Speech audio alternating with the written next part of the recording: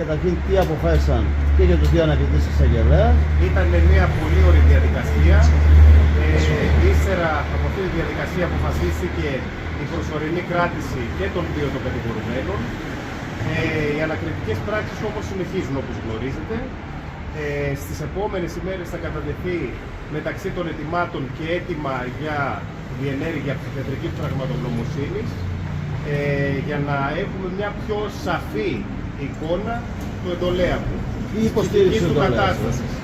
Υπάρχουν κάποια χαρακτηρολογικά στοιχεία που θεωρώ ότι συνέβαλαν στην εργαλειοποίησή του από τον σύντροφο και άκρος χειριστικό άτομο της κοπέλας.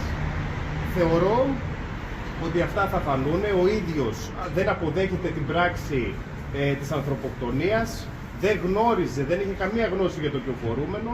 Το μόνο που γνώριζε ήταν ότι πάνε να τελέσουν κάποια ληστεία.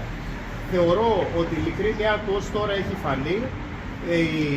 Ο ίδιος έχει μεγάλη συμβολή στην εξιχνίαση της υπόθεσης. Τούτο θεωρώ ότι θα συνεκτιμηθεί σε ένα πιο όριμο στάδιο της ποινικής διαδικασίας, το ποινικό δικαστήριο. Τη στιγμή του φόνου ήταν μπροστά ή όχι? Ο ίδιος δεν ήταν. Υποστηρίζει ότι δεν ήταν κατηγορηματικά μπροστά τη στιγμή του φόνου.